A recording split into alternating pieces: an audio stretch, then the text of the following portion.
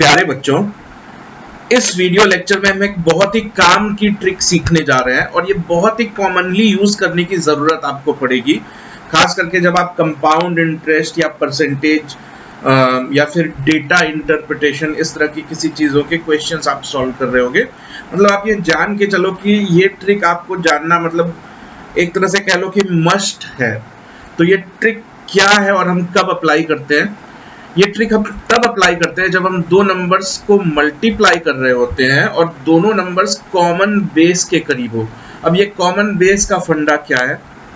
तो हम 10 के सिस्टम में मैथमेटिक्स हमारी चलती है, तो बेस 10 हो गया और 10 के पावर्स 10 बोलो, 100 बोलो, 1000, तो कॉमन बेस का यही मतलब है।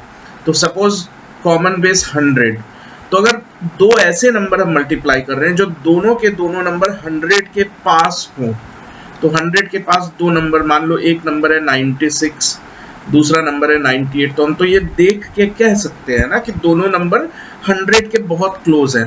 तो यही कॉमन बेस हो गया हमारा 100, यानी 10 का कोई सा भी मल्टीपल।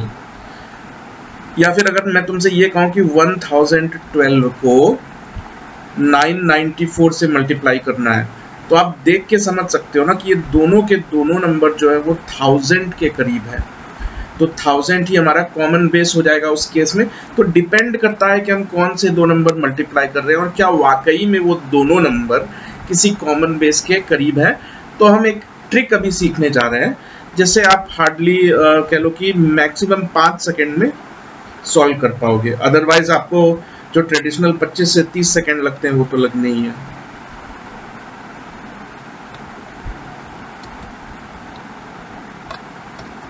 तो देखो बच्चों, हमने क्या कहा कि दो नंबर हम मल्टीप्लाई करेंगे, दोनों नंबर किसी कॉमन बेस के करीब होंगे।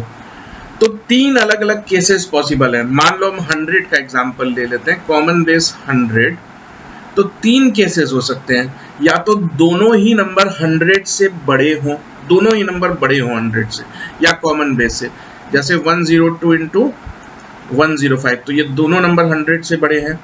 या फिर 1012 इंटू 1003, तो हम कहेंगे कि दोनों ही नंबर 1000 से बड़े हैं, 1000 कॉमन बेस है। तो केस वन क्या हो गया?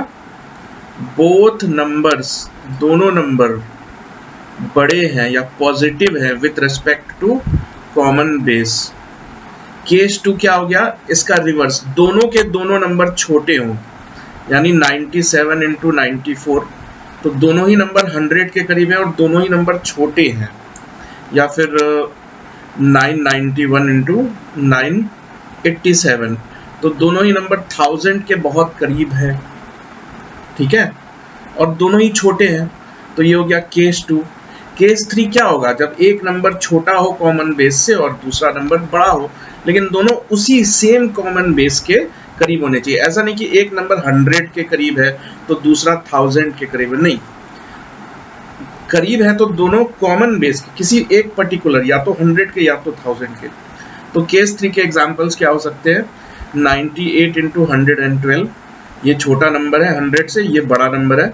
या फिर 1004 इंटू 992, ये 1000 से बड़ा है और जबकि ये 1000 से छोटा है। तो हम तीन वीडियोस में तीनों केसेस को डिस्कस करेंगे, case one, case two, case three. तो पहले हम केस वन डिस्कस कर लेते हैं। केस वन में क्या है कि दोनों नंबर कॉमन बेस से बड़े होने चाहिए। तो देखो,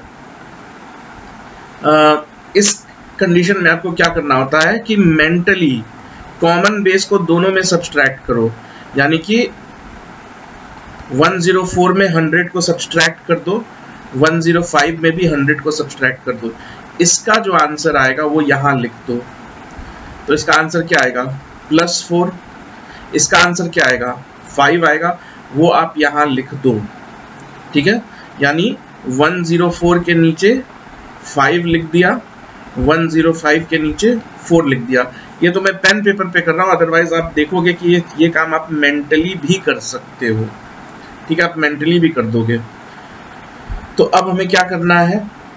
अब हमें दो स्टेप में आंसर्स ले आना है, क्योंकि कॉमन बेस क्या है हमारा? 100, इसमें दो जीरोज हैं, तो आंसर के दो हिस्से होंगे। जो लास्ट वाला हिस्सा है वो कोई 2 डिजिट का नंबर होगा। याद रखना वो 2 डिजिट का ही नंबर होगा। 2 ही डिजिट का क्यों होगा? क्योंकि 100 है कॉमन बेस, 100 में 2 जीरोस हैं, इसलिए यहाँ पे भी 2 डिजिट का नंबर ही हम एक्सेप्ट करेंगे। अब ये होगा क्या? ये जो आपने 5 और 4 निकाला है सारा कुछ इसी में छुपा है। तो ये +5 है और ये +4 है, तो +5 और +4 की वैल्यू क्या होती है? 20। 20 एक 2 डिजिट का नंबर है, हम उसको एज इट इज लिख देंगे।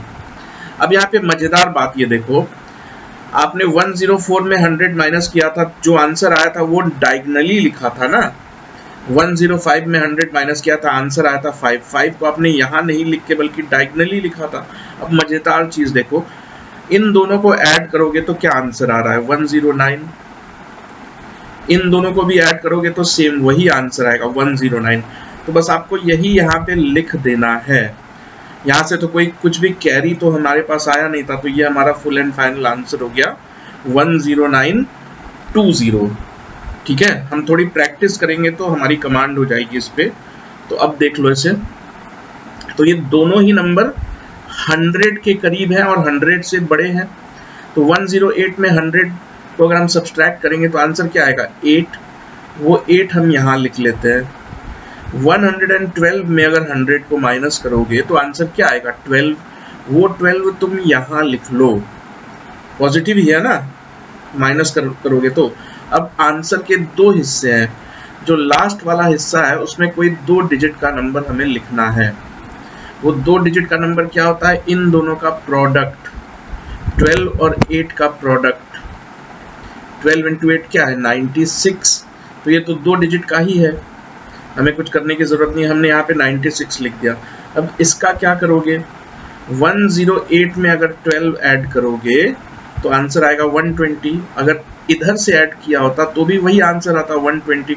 तो ये जो आंसर आता है वो आपको यहाँ पे लिख देना है 12096। ये आपका फाइनल आंसर हो जाता है। कुछ और एग्जांपल ले लेते हैं मेंटली। तो यहाँ से 2 आएगा, ये 2 हम यहाँ लिख देंगे। यहाँ से 17 आएगा, अगर तुमने 100 में माइनस किया तो 17 यहाँ लिख दोगे। अब 2 हिस्से बनाओ, 17 2s are 34, तो 34 तुमने यहाँ लिख दिया। 102 + 17 119, ये आ गया तुम्हारा फुल एंड फाइनल आंसर। ठीक है, आप चाहो तो कैलकुलेटर पे वेरीफाई करके देख सकते हो। इसमें क्या करेंगे? 14 आएगा तो 14 यहाँ पे लिख देंगे। इसमें माइनस किया होता तो 15 आता, 15 यहाँ पे लिख देंगे। क्वेश्चन के 2 हिस्से बनाएंगे, मतलब आंसर के। 15 × 14 क्या होता है? 210। आप मेंटली भी कर सकते हो। 15 10s are 150, 15 4s are 60, तो 150 में 60 ऐड किया तो 210, तो 15 × 14 आ रहा है 210। प्रॉब्लम क्या है? यहाँ पे हमें सिर्फ 2 डिजिट का ही नंबर लिखना है। 2 डिजिट का ही क्यों? क्योंकि बेस 100 है, तो हम 210 का सिर्फ 10 लिखेंगे और 2 जो है वो हम आगे फॉरवर्ड कर देंगे।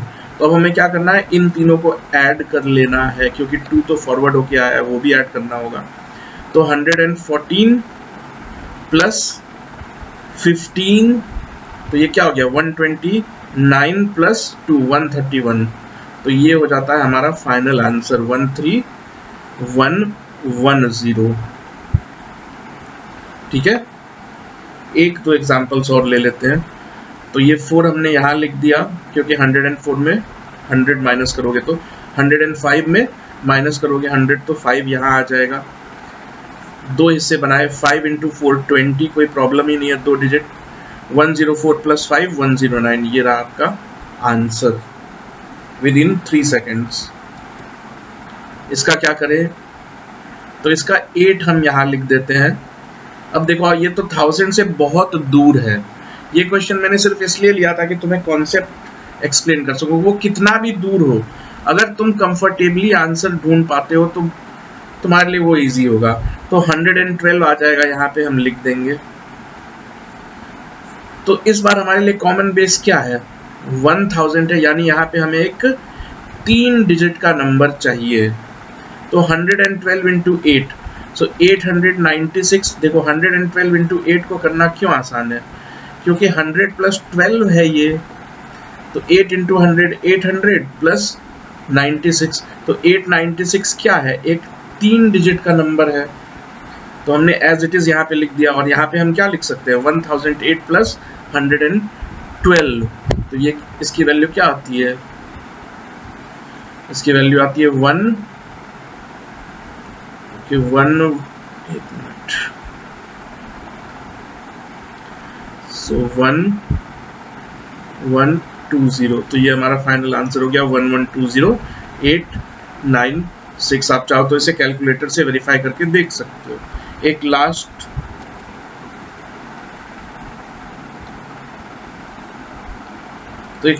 अगर मैं आपको दे रहा हूं, आप खुद अपने पेपर्स वगैरह पे ट्राई करना, और कितनी देर में आप कर पाते हो वो मेरे को बताना। 103 into 102,